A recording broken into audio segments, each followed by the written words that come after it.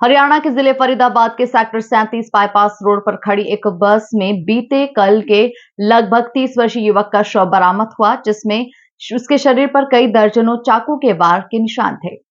घटना के बाद मौके पर पहुंची पुलिस ने मृतक के शव को कब्जे में लेकर पोस्टमार्टम के लिए बादशाह खान सिविल अस्पताल भिजवा दिया था, जहां पर मृतक के शव का आज पोस्टमार्टम कराकर शव उसके परिजनों को सौंप दिया जाएगा। इस मामले में जानकारी देते हुए एसीपी क्राइम अमन यादव ने बताया कि मृतक युवक की पहचान दिल्ली के मोड़बंद निवासी दीपक वाड्रा के रूप में हुई थी, जिसके भाई आकाश की शिकायत पर हत्या की धाराओं के तहत मुकदमा दर्ज कर आरोपियों की तलाश की जा रही थी, जिस पर कार्रवाई करते हुए क्राइम ब्रांच डीएलएफ की टीम ने आरोपी को कुछ ही घंटे में गिरफ्तार करने में सफलता हासिल की।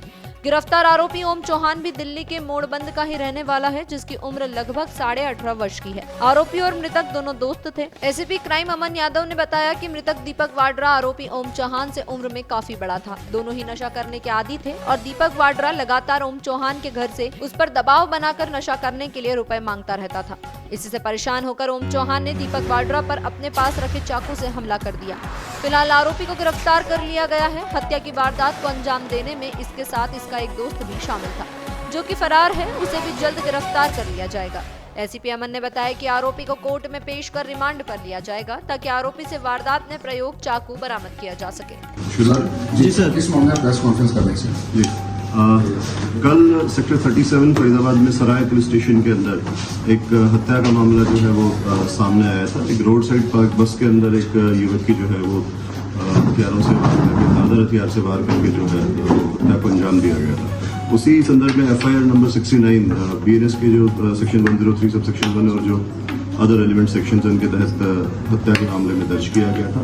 और इस मामले की इन्वेस्टिगेशन की जिम्मेवारी जो है वो पुलिस आयुक्त महोदय के द्वारा क्राइम ब्रांच डीएलएफ को सौंपी गई थी। और क्राइम ब्रांच डीएलएफ की टीम ने इस मामले को वारदात के कुछ घंटों के अंदर ही सुलझाने में जो है सफलता हासिल की है।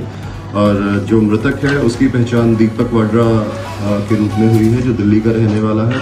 और जो आरोपी है वो उसका नाम ओम चौहान है, जो दिल्ली का ही रहने वाला है। मृतक की उम्र जो है वो 30 वर्ष के करीब है। जो आरोपी है वो 18 साढ़े 18 साल का जो है। आरोपी को आज 16 तारीख को दिल्ली से आइडेंटिफाई करने के बाद उसकी लोकेशन उसे गिरफ्तार कर लिया गया है और अब माननीय न्यायालय में पेश करके उसका पुलिस रिमांड लिया जाएगा तथा इस वारदात के अंदर जो भी अन्य लोग शामिल हैं उसके बारे में सख्ती से पूछताछ की। क्या वजह क्या निकल गया है? रीजन क्या सर है? अभी तक जो प्रारंभिक पूछताछ में सामने आया है, जो आरोपी जो है वो जो मृतक है उससे परेशान थे काफी। जो मृतक था वो उम्र में उनसे काफी बड़ा था, लगातार उनके ऊपर दबाव बनाता रहता था तथा उनसे पैसों की डिमांड करता था।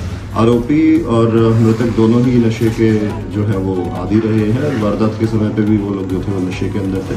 और जो मृतक है वो आरोपी और जिसके द्वारा हत्या को अंजाम दिया गया, उसके ऊपर लगातार घर से पैसे लाने के और दबाव डालता था ताकि वो लोग नशा कर सके। और इसी चीज से परेशान होकर के उन लोगों ने जो रेड ऑफेंडर जो है ये जो वारदात को अंजाम दिया है, ये बस के बाहर दिया था या बस में दिया था? ये बस किसकी थी और बस में कोई था या नहीं? जैसा मैंने आपको बताया, ये एक ट्रांसपोर्ट एजेंसी है जिसकी गाड़ी रोड साइड पे पार्क थी। उस टाइम पे जो बस के जो मालिक हैं, ड्राइवर, कोई भी बस के अंदर जो थे वो हाजिर नहीं थे। और जो उसी बस के अंदर इस इंसिडेंट को जो है रात के टाइम पे जो है अंजाम दिया गया। किस चीज से सर वार किया गया है? दीपक पासवान है, क्योंकि इसके भाई ने मृतक के भाई ने कहा था कि दीपक पासवान उसका नाम है।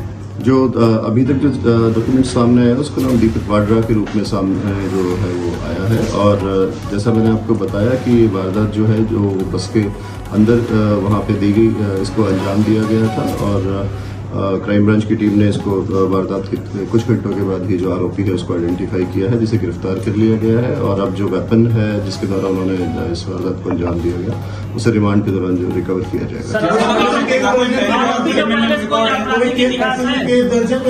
जो आरोपी है उसके खिलाफ कोई भी आपराधिक रिकॉर्ड पहले से अभी तक जो है वो सामने नहीं आया है, परंतु जो मृतक है उसके खिलाफ दिल्ली के अंदर 5 केसेस जो है वो अभी तक सामने आए हैं। आर्म्स एक्ट और चोरी के संबंध के जो मुकदमे हैं, इस प्रकार के मुकदमे इसके ऊपर आरोपी के ऊपर पहले से भी रहे। जो पैसे मांगने का सिलसिला कब से चला आ रहा था?